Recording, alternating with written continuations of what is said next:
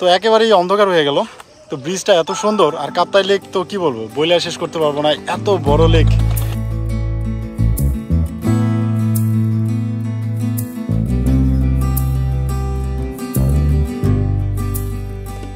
আজকে এত বাতাস, এত উইন্ড, কাপ্তাই লেক পুরো অন্যরকম একটা রূপ ধারণ করছে। বর্ষাকালে না আসলে আসলে এই সৌন্দর্য আপনারা দেখতে পারবেন না।